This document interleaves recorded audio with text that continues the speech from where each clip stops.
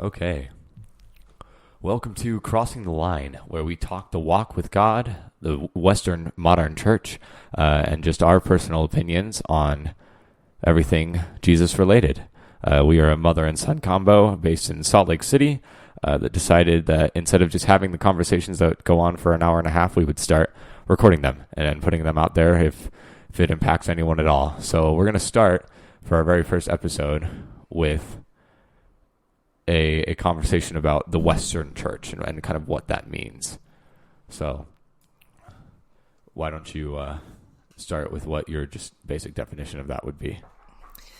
Well, the Western church, it seems like the Western evangelical church has taken on what I feel like is so many of them now want to be known and be known as their brand.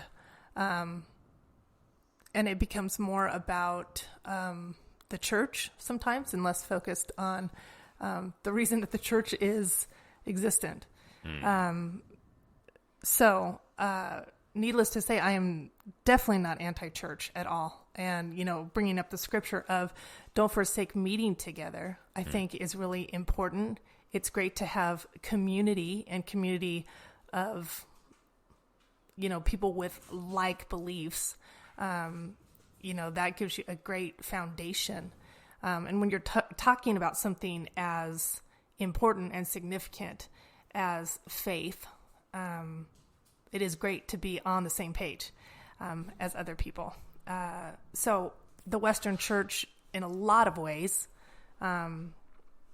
they are doing a great job in terms of exposing people, that initial exposure to God, and making it very warm and welcoming, and basically giving some people who've never been exposed to Christ an opportunity to basically meet him, or people that maybe are coming out of either another religion or even another bad experience with religion or religious people.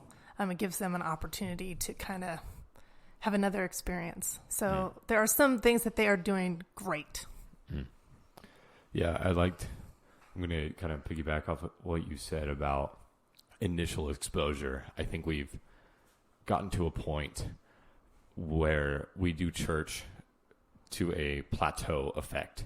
We develop people to a certain point. We teach certain things to a certain depth in the Bible, and then we just plateau. We stop advancing people. We no longer value learning certain things because, it might scare off the new person that comes today. And we've gotten to this point where we're struggling between sharpening the iron at the top, so to speak, and this newfound material, these new people that are coming in that have no experience, and instead of trying to teach in different places and spaces, we're just trying to make it a one-size-fits-all type thing.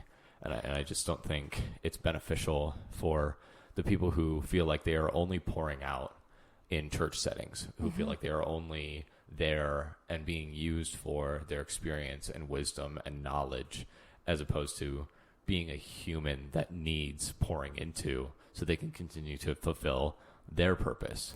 I think the struggle with that is that churches now, they seem to be striving to grow in numbers. It maybe doesn't start off that way, but it's easy to fall into a trap to think numbers equal success. So what happens is, Christ is very concerned with how the church treats his sheep. And so when you become a big church, as you start to grow, you may not have all the resources. And I'm not talking even financially. I'm talking about emotionally or spiritually to pour into all those people. I think that's why back in Christ's day, they had small, like community churches or house churches. They may have gone to the temple to pray, but it wasn't usually, here's someone with, we're going to a service with 20,000 people. Right. What I've always said to you is I don't know of anything. I've never heard that Jesus rented out, the Roman Colosseum to give a message, Right. So, yes, he had crowds follow him, but that was because of who he was and is.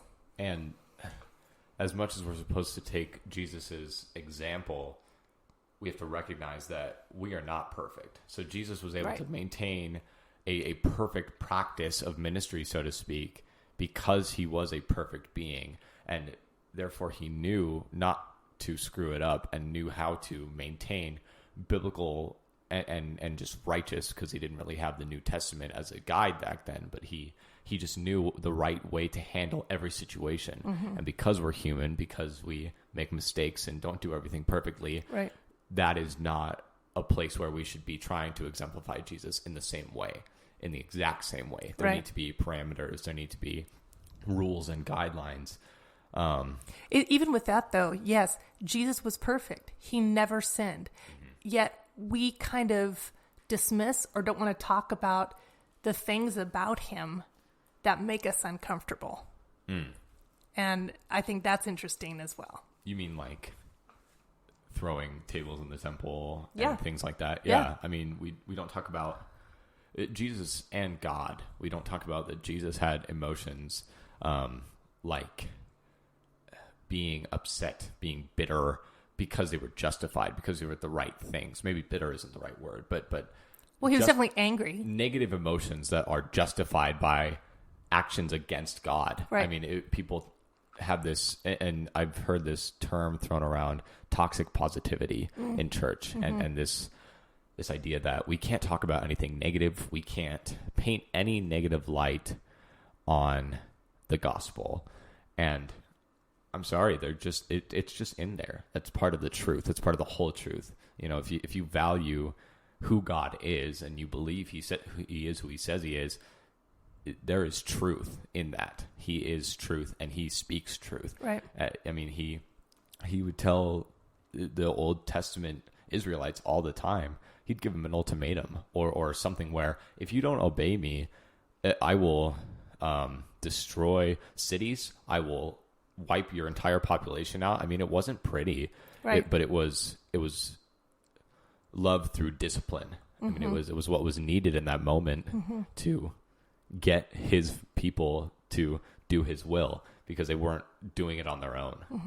And we don't like talking about a Jesus and a God who is at all not like a kindergarten teacher. Like, we want to imagine him as, oh, everything's okay. Well, your kindergarten teacher was great. So, yeah. No, if Jesus could always be like that, that'd be awesome. Right, but it wouldn't be extremely effective, because you start to develop a harder skin. You start to get desensitized to that type of teaching. It doesn't always work. There's a reason that they only teach that way in kindergarten. There's a reason that high schoolers don't get babied, because there's realities of the real world that they have to face, and teachers are preparing them for that, and through that discipline. For sure. Yeah, preparation is big, and I mean, that is one thing that I'm seeing in the church now, that I feel like, while the church is very welcoming to new people and very warm, I think they do those relationships well. I feel like there's also this hesitation to have anyone who hasn't been exposed to Christ or who's had a bad experience. There's a hesitation to make them uncomfortable. I mean, I've been a believer for a long time. Yeah. And things have been hard. Yeah. If I had known, I think this is part of God's mercy. If I had known some of the past that I would have to walk through, I don't know if I would have been so just like, let's walk down the aisle and, and so, and even in bringing you up and teaching you and rearing you, there were things that I had to do, and I explained them out that your dad and I had to do, to help you grow. And you didn't really appreciate it or even understand it at the time. Right. But it brought growth and learning later, that if we hadn't done that, you might not have that knowledge. Right. And so I feel like accommodating a new believer and making it seem like everything is going to be like the greatest day of your life is going to be when God reveals himself to you and draws you to him and you accept him. Yeah. The rest of your life walking it out is going to be tough. Right. Yeah. Well, and I think you kind of touched on this a little bit, but you learn the reality that days are going to suck, that there's going to be suffering in God's name because of your belief in him and your relationship with him. But you learn that through experience. We skip that step in church. We protect them and keep them. And that's kind of what I was talking about with the plateau. We just keep them at that level. We don't let them move beyond that point of fear of losing them due to it not being I think of like burger commercials and how they paint the burger to look like the most satisfying thing, and then you see it in person and it's almost never what it looks like on the commercial, because they're trying to sell you something and get you to agree to it, and then it's like, oh, this is not what I thought I was getting. And I think we've kind of done the same thing where we're advertising, we're getting in numbers, we're trying to get raised hands in church, and then we're not telling the whole truth. We're not showing the entire gospel, right? I mean, the reason you should talk about that suffering is because this world does not matter in the long run for that. The rewards and the goodness of the gospel is not contained in an earthly place or an earthly realm. I mean, it is the reward you get in heaven when what you were talking about, when you see God and he goes, well done, my good and faithful servant. It's not anything. It's not a job. It's not any of the blessings that you get here. Those are results of working for the kingdom. Those are not guaranteed either. I mean, it's like, oh, you might get a bonus every now and then at your job, but that's not why you do the job. Well, and even with that, because we are God's kids when we accept him, and he is a good father and he wants to give us good gifts. So sometimes we just get good gifts because, right. But there are consequences to our actions. But then also you've just got situations where, as scripture says, the rain falls on the just and the unjust. Yeah. And so sometimes stuff's just going to happen. Yeah. And life is hard. For everyone. I mean, that's the reality. Yes. You're not buying a ticket out of anything when you agree to accept Jesus into your heart. In fact, Jesus promises. I mean, we love to talk about all the promises he gave in a positive light, like the rainbow, like, oh, God will never flood the earth again. That's fantastic. But we don't talk about the promises of Jesus says, you will endure suffering in my name. I mean, Jesus spoke only the truth because he was a perfect being. That means that for every one of his children and his followers, you will endure in his name. And then there's just the reality of a broken world creates broken realities. That whether you're a believer or not, bad things happen to you. Right. And you're never going to be able to avoid that. Right. So, yeah, we need to stop teaching this false theology that you're buying a ticket to a better life, because it's not. It's more joy-filled because God can instill joy in you, but it's not happier and it's not more successful by worldly standards in the least. Well, no, if you think about, why were we created? I mean, I think of two things. One, we were created for God. We were created to worship God. He is the main character. Yeah. We are supporting characters. Yeah. And the other thing is, because he created us and we're here, because he loves us, he wants to have relationship with all of the people that he's created. So he's told us to go out, the Great Commission. Yeah. Go to the ends of the earth. Yeah. And make disciples. Yeah. So in doing that, I mean, if you think about the person in the world that you love the most, you love to please that person. Yeah. You want to because of your feeling for them. So it's like that should hold true this in the same way for God. It's not that we do it because he's giving us eternal life. It is because of who he is. Right. And because he's, a good father, that loves us and protects us. And sometimes it doesn't feel like it. I get it. Yeah. I get it. I mean, I have wrestled with that sometimes too, to go, sometimes it feels like God hasn't protected me. Yeah. That's just how it feels. But I do believe his word to be true. Yeah. Yeah. And so he doesn't say, hey, I'm never going to, you're never going to be physically hurt. Yeah. You're never going to lose all your money. You're never, all those things. The one thing that the enemy in any kind of attack cannot do to me is take my salvation. Right. And that's it. And that's it.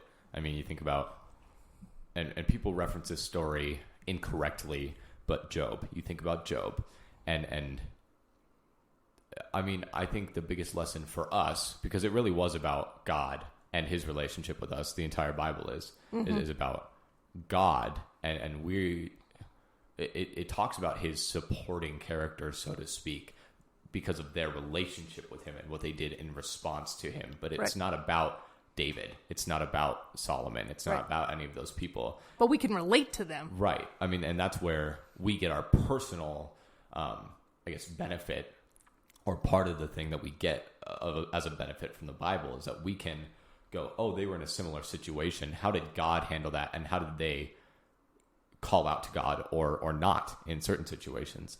But I think that we just... I don't know how to word this. I mean, yeah, we've just kind of made ourselves the main character. You kind of talked about that a little bit. We've taken this idea that if it doesn't fit into my narrative of what my life should be, if it doesn't look like the TV show that I've scripted out for my life, then it must be the devil attacking me, or God isn't with me, or he screwed up. And I'm like, how self-centered can we get? What point do we stop and turn to another? I mean, what you were talking about with pouring out to people, that seems to only happen to spouses. That was what I first thought when you were talking about wanting to do things for people out of an outpour of love. And you don't see that with God. And the people that do have that generally are all the way in Africa or something like that, doing crazy life-altering ministry, right? Most people don't get to that point because they're so protected, because they're so comfortable. I think that's the biggest thing. People hate that word in Christianity, because we always say, and they all agree with, oh, we shouldn't be comfortable. But then every single thing they do in their life, every choice they make is towards comfortability. I think a lot of times they don't know. I mean, I'm sure we do it too, right? At times. And it's easy to be unaware. But I don't know many people who go, yes, I'd like to just run into discomfort. Sure. It is human nature to protect ourselves from that. Yeah. So again, it's knowing who our God is. And another whole topic we'll get to another time is, does God ever bring hard stuff on us, or does he just allow it? Yeah. But needless to say, it passes before his throne. Yeah. Yeah. Yeah. And that, even for me, sometimes is hard to swallow. It's a hard truth to embrace, because it brings up a lot of human emotions and our limited mind. I just hate the spiritual, catchphrases, like, oh, well, his ways are not our ways. That's true. Yeah. They're not. Yeah. And so we don't understand when he allows things in our life that bring us to debilitating pain. Yeah. And that is supposed to be for our spiritual good. We don't get that, and we don't want to get that. Well, I'm glad you said spiritual good, because people use another one of those catchphrases is all things work together for the good of those who love him, meaning God.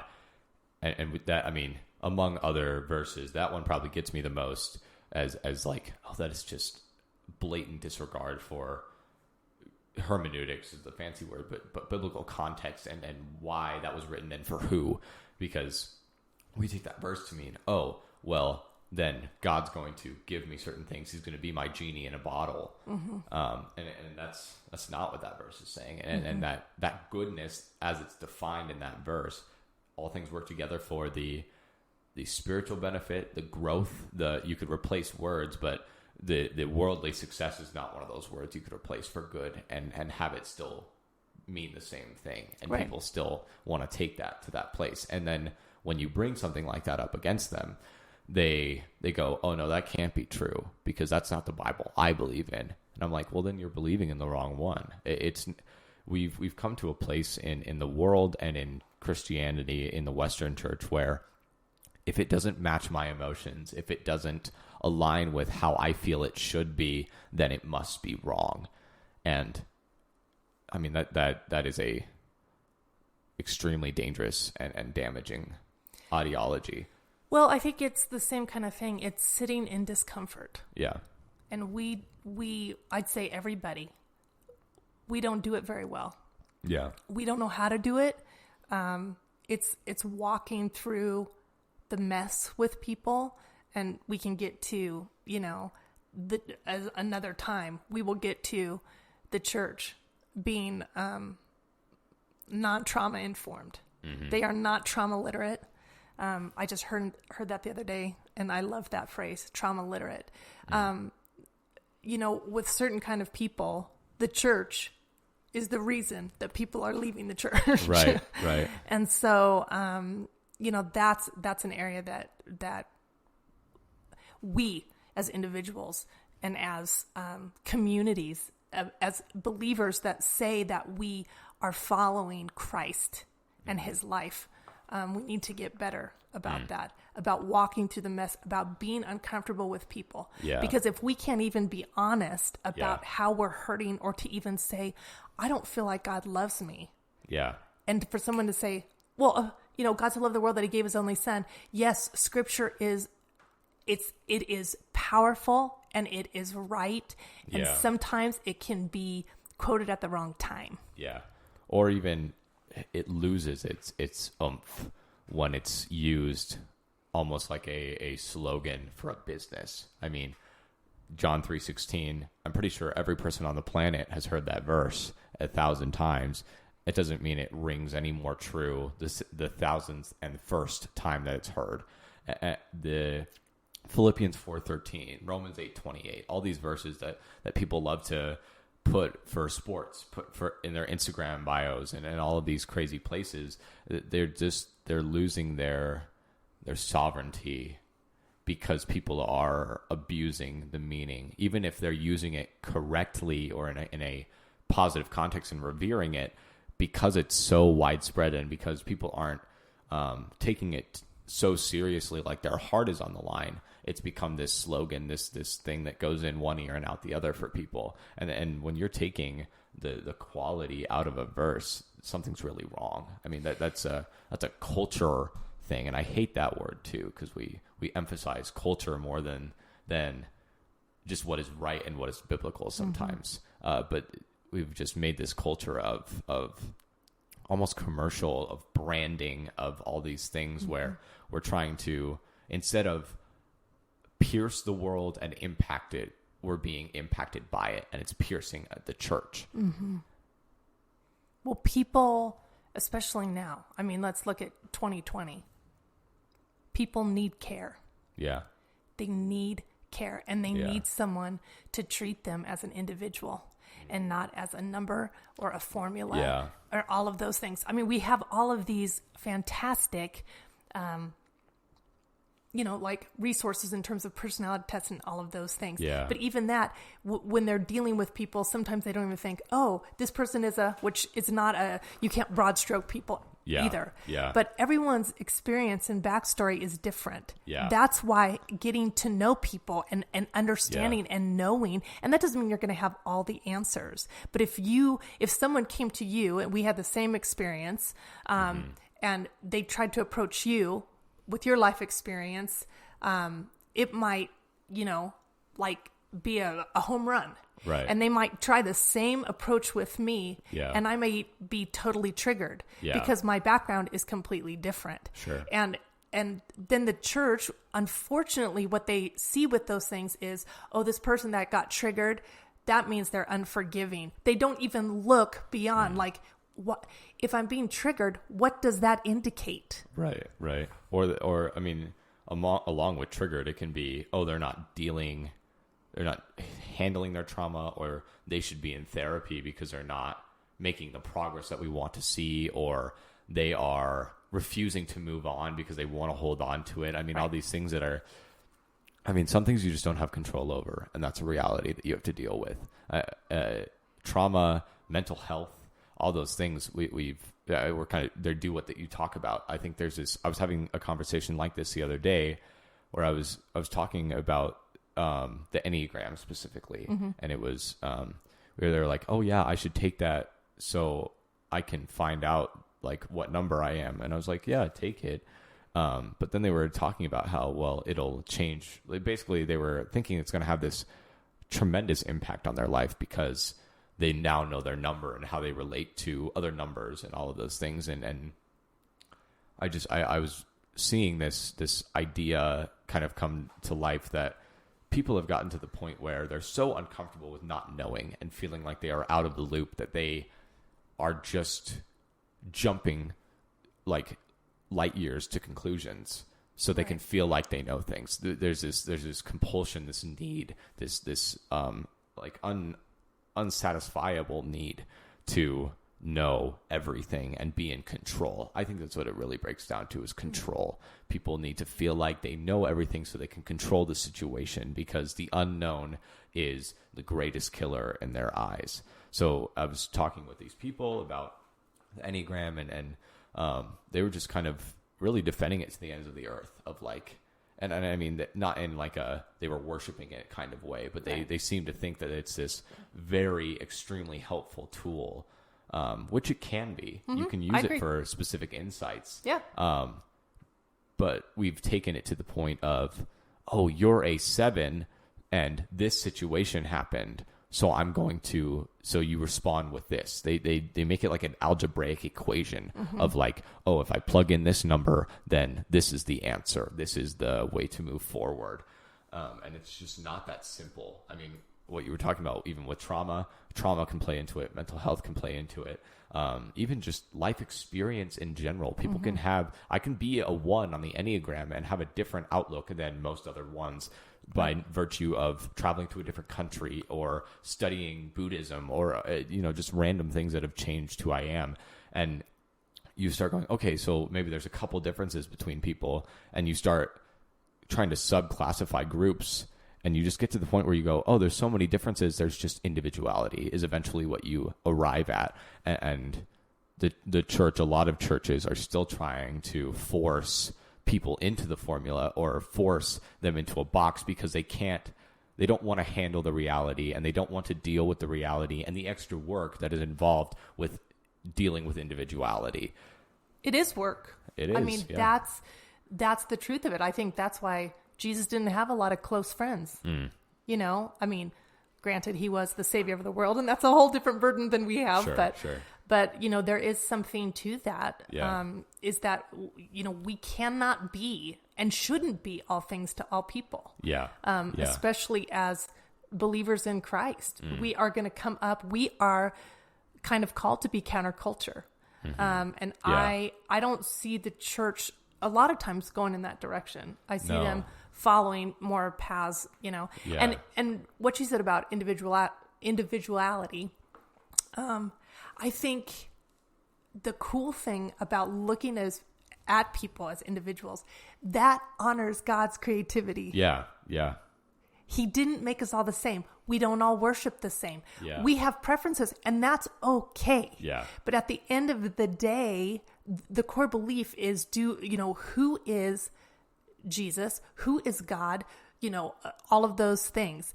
Not, do I raise my hands when I worship and you don't, and which one is right? It's because God was so creative. And when you think of like, he cares about even the lilies of the field, and look at how he dresses them, so to speak. He cares about his creation. We were not some random thought. There was like a Picasso or whatever you want to say, a Monet. Yeah. He was very intentional in the way that he made each of us. Yeah. And he celebrates when we worship in the way he created us. Yeah. And there is something about community worship that is awesome, that we are proclaiming these truths together.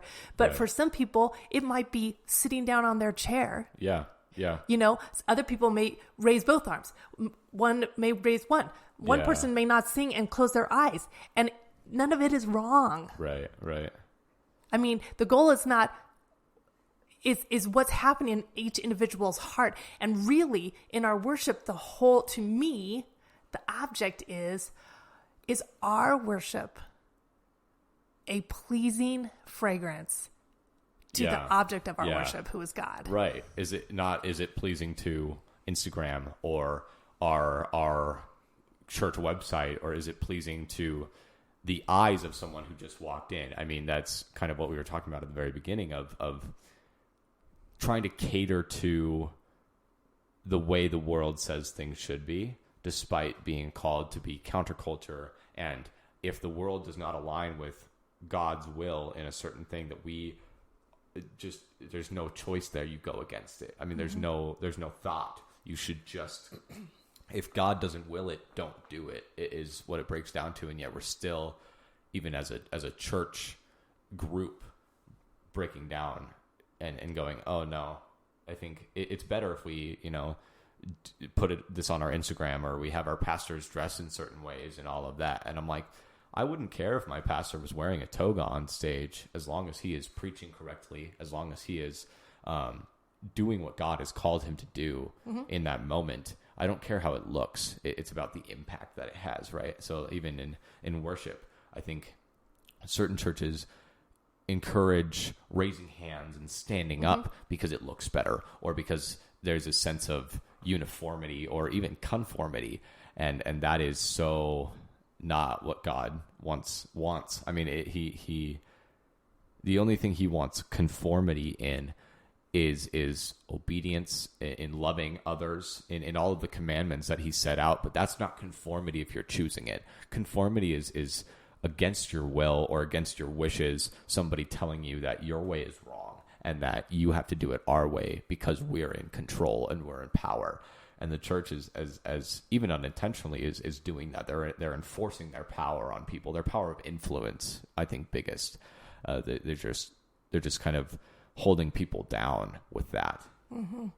Yeah, I think a lot of the ways that people get kind of put off by the church is coming from unintentional behaviors from the church. And that's what makes me really sad, because I think that the church is so quick to defend itself because, people are critical. Right. And people are unjustly critical sometimes. And so if there's any true constructive criticism, the church is so ready. They are ready to pounce and to defend the church at all costs. And the person who's bringing the truth is then judged or, once again, labeled as something.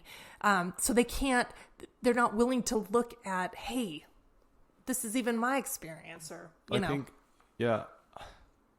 think you're mostly right. They're willing. Excuse me? They're willing when it's on their terms. They're willing to receive constructive criticism when it's in an open staff or church meeting. They're willing when it's when you've been invited to come give them constructive criticism, or you're a leader in the church. So we've even seen this, in the 16 years that we've been in the Valley, the different churches we've been to, they pick their people who they kind of exalt and they revere, and that it's not always wrong. I mean, it can be people who went to Bible school or have done 15 years of like full-time ministry. Like all of that is good, and it's good to look up to people and have spiritual mentors. But when you put their word above anybody else's, or when you make it so that only they are allowed to speak into certain things, it's no longer constructive criticism. It's just what you want to hear, or you appointed that person because you agree with what they would say about you. You agree with the criticism they will give. Like I guarantee that I would not be invited back to most churches if I were to give my honest input to most of them, because I wouldn't be soft about it, because it's beyond life or death for me and how I see the ongoings of a church. It's not just a place. It's not just a building. It's a soul issue, and my criticism would follow as such, with that intensity backing it. Yeah, I think a lot of it has to do with how it's presented, and if they really get the sense that you are for the church and its mission, they may not, like talk to the hand to you. Yeah. What I've seen is, sometimes if they consider people to be a quote unquote dissenter, that's when the problems arise. They will just disregard anything that is said. It doesn't even matter how, what tone, all of those things. Sure. And then, of course, I would say trauma, spiritual abuse, all of those things, because of the way people with those kind of experiences communicate, or the lack of trust that they have in those environments. It always seems to be misconstrued and misunderstood. And then there's a lot of backlash with that. Yeah. No, definitely about the backlash. I think it comes from when it's an area that they're not ready or willing, or it's too severe for what they're willing to comprehend and accept. It's a matter of ego and pride. They and it's good that they take pride in their work. It's good that they want to do a good job, and it's kind of a generational thing. Like anywhere from mid-30s to early 20s, you get this mentality, this idea. They're very different than the generation above them, the generations above them. There's a drastic shift. And part of that has come extremely fragile egos. They cannot handle criticism unless it's invited. They can't, and in a specific way. Like if I ask you, how did I do serving in kids ministry today, and you give me something I'm not ready for, most of that generation will either fight back or have this like depressive episode because they screwed up. It's this balance of it's a false pride to cover up the low self-esteem associated with perfectionism. I think they're all perfectionists for whatever reason psychologically that happened to an entire generation, but they're all perfectionists. And when you challenge them in something they care so much about, instead of handle it correctly and just go, oh, I'll work on that, even if it hurts me to accept that reality, I'll work on it. I don't think they can psychologically handle it, so they fight back.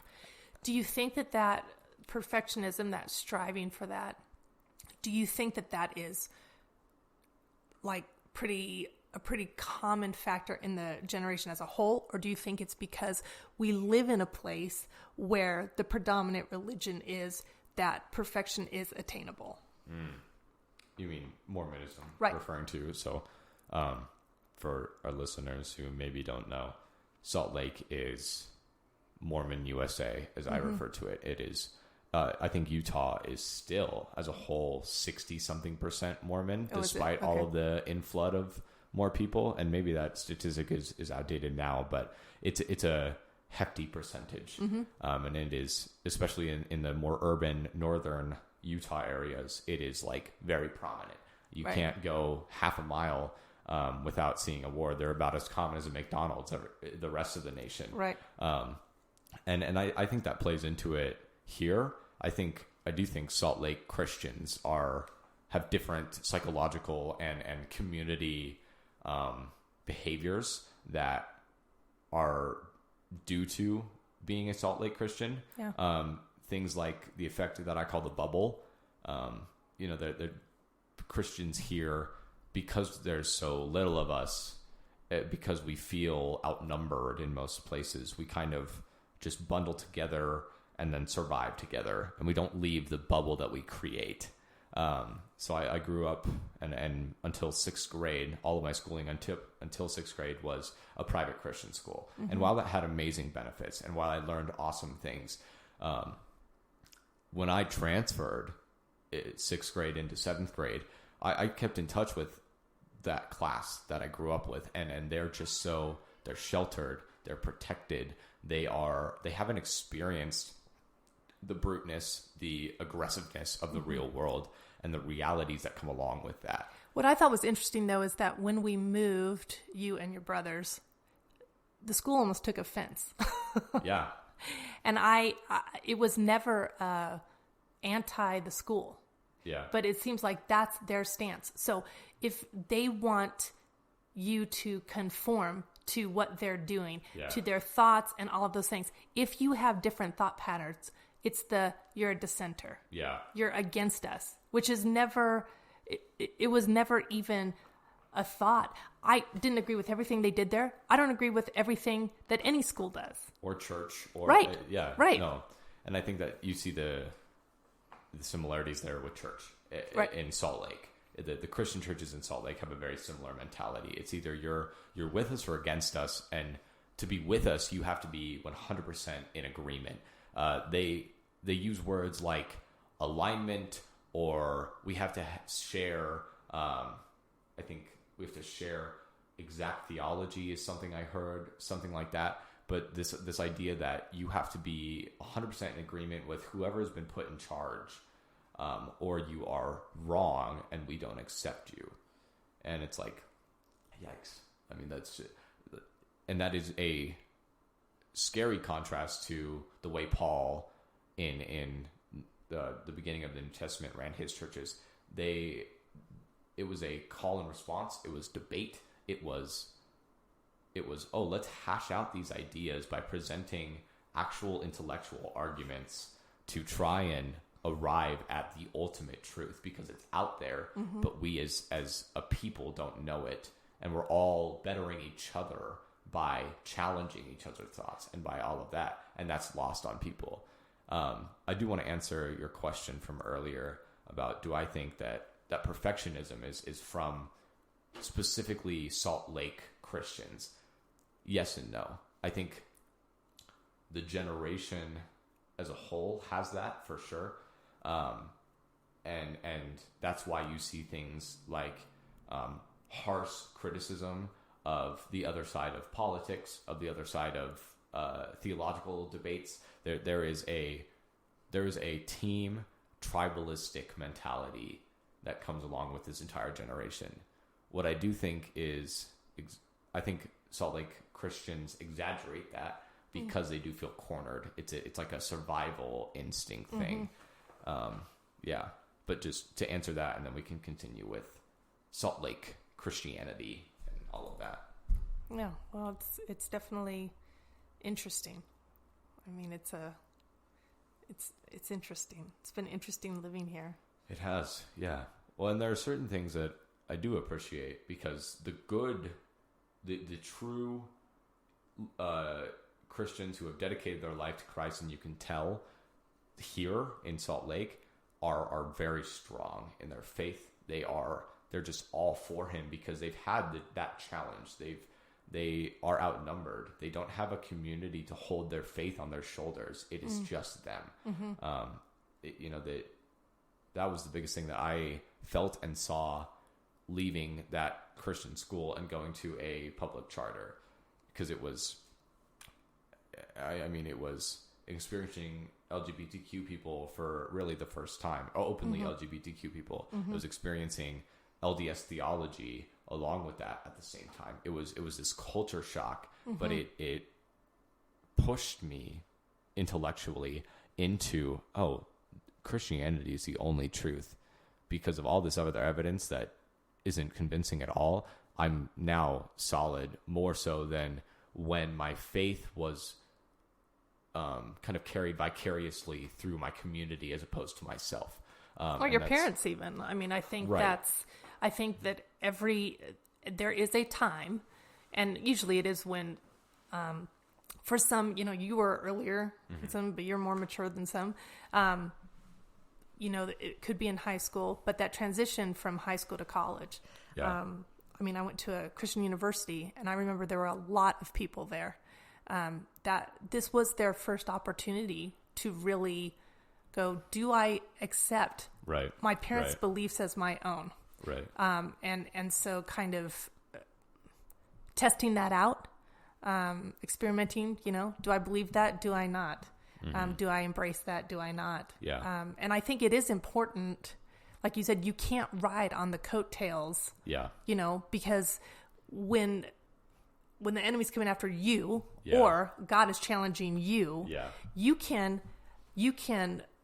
hopefully be strengthened by my trust and faith. But ultimately, it's got to be you who's making decisions, who's going to choose to be obedient or not, and all of those things. Yeah. Allowing God to shape you and all of those things. Yeah. So, I think everyone has to go through it. And I think it would be shocking to be in, let's face it too, there are some great things to a bubble. There's feeling protected and all of those things. Yeah. And not being exposed, but there is something, we are to be in the world and not of the world. Yeah. And so you were able, for you, seeing being exposed to a different extreme actually strengthened your faith. Right. And that was good. Yeah. No, so the process you were referring to, especially in college freshmen, I was just talking to a guy who runs ministry at the University of Utah, a student ministry there, and he talked about what they call it deconstruction. So it's this process of they really start actually wrestling with their faith and what they believe as a human for the first time, because it's the first time in their life they feel the freedom to. There's no pressure from society, and there's no consequences for exploring. And I actually think we need to encourage that more. I mean, I think if you are going to arrive at the truth, it should be you arriving at that truth, because otherwise you are not actually believing it. You're just living a lie. And I've even seen that, like in that class that I grew up with in the class of 2020 that went to that same Christian school. They will do what is right and act the perfect act when they're at school, when they're at church, when they're in their Christian environments, quote unquote, but they will then fall victim to any temptation that comes their way, either because they want to experience it and there's a natural sense of, oh, well, they told me I shouldn't, and so now I want to try it even more. Sure. Or because they don't actually believe what they live out, and they're just indulging in the things of the world because that's what they believe and what they know. I think the bubble of Salt Lake is very unique in Christianity, because you either get the strongest or the weakest Christians that I've ever met, because it's either they've had to develop their own faith and do their own work to strengthen themselves, or they've been living through other people, and then when they go off to college somewhere, they become wild party people. Yeah, and that just made me think of something else too, like how you developed. I think it was really important for your dad and I to give all three of you boys the opportunity to think on your own, to have your own voice. And that kind of goes against the Mormon faith a lot. They are told, they get revelations from the, present prophet. Yeah. So they're kind of told. Yeah. And Scripture talks about working out your faith with fear and trembling. And so it's like, yes, the Bible is true. I think that we emphasize that for you. But like just a couple weeks ago, we had we did not agree on something, and we spent a lot of time. You presented your side, your dad and I presented our side, and we kind of went back and forth. Right. But if you are not given the opportunity, like you said, to even explore, And what is the Spirit telling you? Right. I mean, that's personal to you. Yeah. Yeah. But we need to be able to ask questions and to work things out. Right. I mean, Jacob wrestled with God. Yeah, I've had literally. to wrestle sometimes with God. That doesn't mean it's a bad thing. Right. Yeah. And Job asked questions, and at the end of it, I mean, what did God say to him? He said, brace yourself. Up, basically. Yeah, basically. Brace yourself like a man, because I'm going to question you and you are going to answer. Right. It wasn't if you feel like it, is this a good time? Right. It was, yes, you have questions and those are legitimate, but are you the one who created the seas and told the water where to stop and all of those things? Yeah. So. Well, and even that, like, those questions aren't bad. Right. We go, you're even starting to lean towards denouncing your faith, so we're going to stop you in your tracks.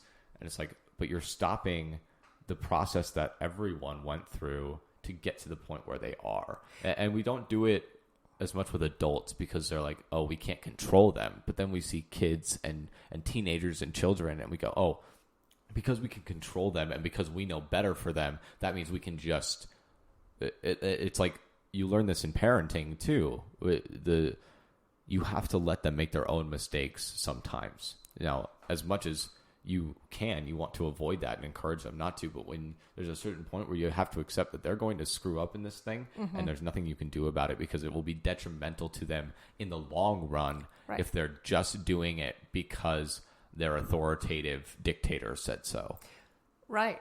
So, yeah. I mean, and that's kind of how I think I was really obedient as a kid, and I think it was more out of fear. Yeah, yeah. And so, yeah, I mean, I was scared to death of what would, the punishment. Right. But I think questions aren't always bad. It doesn't mean that you are even thinking of walking away from your faith. But it is just, you have to wrestle. Yeah, yeah. I mean, some days you really like me as your mom, and some days you're like, I'm kind of done with you. Well, right, yeah. So, I mean... Well, it's going through the motions of life naturally. You have natural emotions, you have natural feelings, you have natural things where you go, I mean, I'm a youth leader at our church, and this question came up a few weeks ago. If God is so good, how can he allow like children to starve in Africa? And that's a great question to be asking, because when you get the answer, when it's spoken into you, or even you do your own research and discover more things, then you start to go, oh, it makes sense. And sometimes it's always not a clear answer. Sometimes it is just his ways are higher than our ways.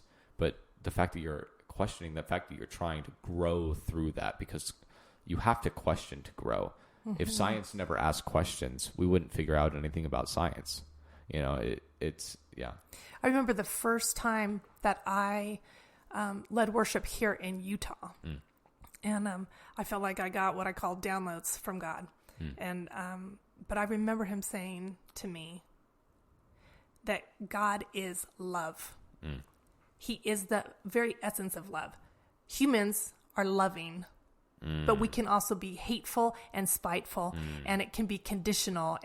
But God is the very... We can have love, but God is love. He is the whole... So right. If we believe that he is who he says he is, he can not contradict. Right. Now, that doesn't mean that it's loving for kids to be starving. That's not what I'm saying. Yeah.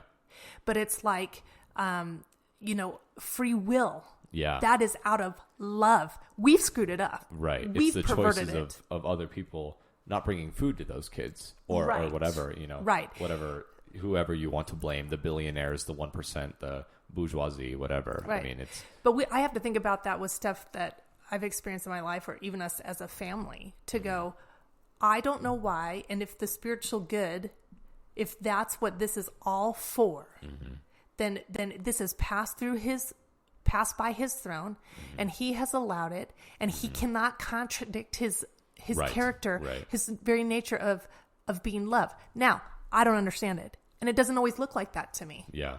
And it's not always easy for me to comprehend. But that's where faith is. Yeah. Do I believe that God is who he says he is? Right. Yeah. Well, yeah, and I love that you said that, because we've taken this idea of faith, and it's just, I have faith to what I have proven to myself. So like people believe to the point that they've read to, or they believe to the point that they've studied to. And it's like, but the entire idea of faith is that you don't know, and that you just have to, jump off a cliff, or all these analogies that you can draw up, but you have to take that leap of faith and not know. That's the entire point. Mm-hmm. It's fantastic and it's wonderful to read the Bible and discover God's character and read about even Revelation. While it can be scary to read the certain truths and realities that it's prophesying are fantastic, but you don't know, and you have to know for yourself without the cold hard evidence that people demand in every other context, because that's faith. Faith is not, oh, Jesus lived, Jesus died, because even atheists admit that. It's like, I've heard this thrown around a lot on Christian TikTok of all things, but that not even demons make the mistake of not believing in God. Right. They recognize who he is and they acknowledge who he is. But there's a step beyond that. It's when you develop the fear of God. It's when you know his character and what that means. That's when you start going, oh, wow, like this is life or death. This is eternity on the line. And do I believe at the end of the day that these things are true? Because it is a matter of life or death.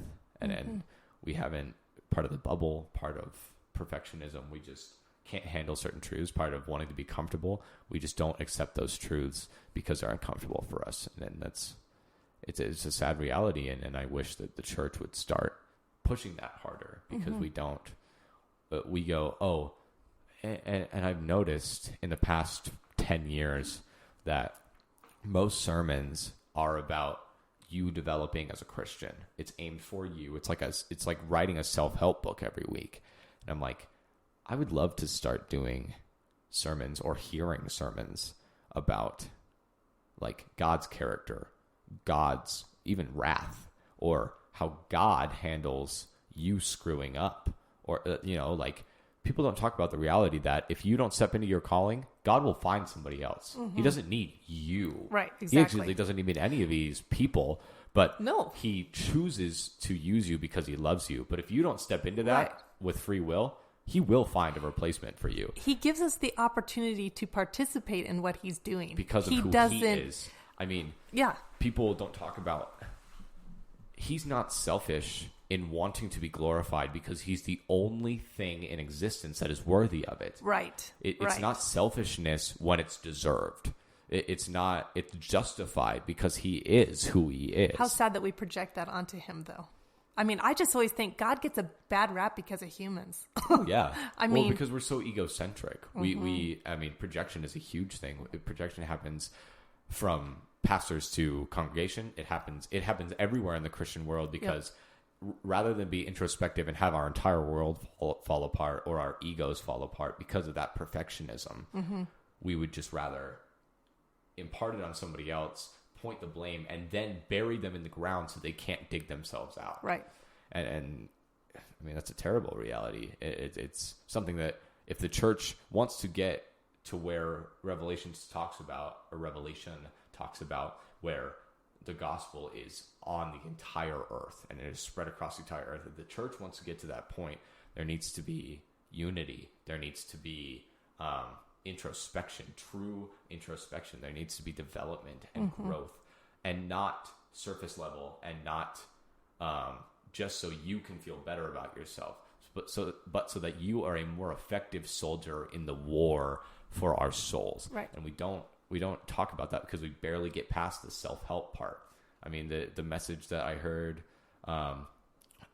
from a church in like Wisconsin 3 weeks ago was something about like your battle plan to defeat your temptation. And while that's a good thing to talk about at times, it's like that has become the entire repertoire of every pastor in the U.S. is self-betterment, self-help, and never, go out and do ministry. Like, why do we keep it within the walls of a church? Why do we why is almost all of our ministry aimed at people who are already in the church? I'm like, yeah, we have our Africa outreach, but I feel like most of the stuff that we do is, for the people that are in our church, for the people that have walked through the doors of the church that I planted here. And we just do that in our little communities instead of outreach. I barely see any outreach anymore. And when it is, it's we almost preach it as like a vacation for people.